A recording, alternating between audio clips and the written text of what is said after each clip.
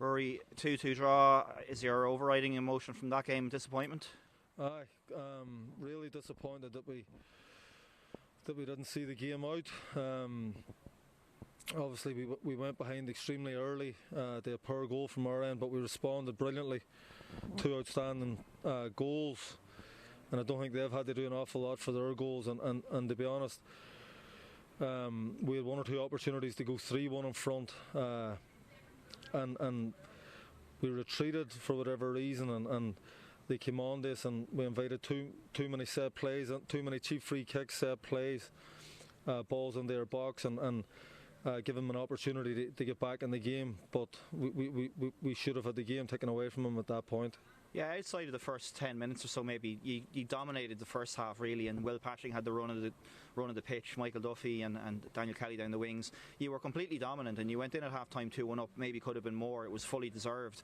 The second half, though, as you said there, Drogheda, just as time went on, just got more and more into the game. Do you feel like you were maybe subconsciously trying to settle for a 2-1, or was that change of formation on their side something that changed the game? Well, I mean, it definitely had an impact in the game. I think, as I said, we hit the post. We had one or two other opportunities to go 3-1 in front, and I think that takes the game away from them. So we have to be more clinical in both boxes, more ruthless in both boxes, and you're leaving with 3 points. Listen, it's a disappointing result considering where we had the game. We had the game in our hands.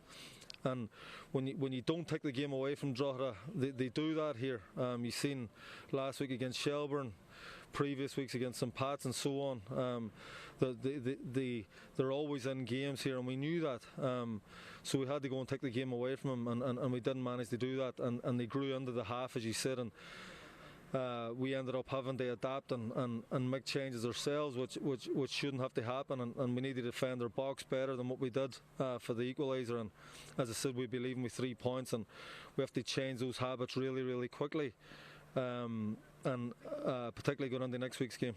In terms of the league table, I know it's probably no consolation to you that Shelbourne have lost because you want to take care of your own business. Does that make any difference tonight when you drop points? No, listen, if there's 4 or 5 games to go, then. But we're only 10 games into a 36 game season, so it's irrelevant what other clubs do.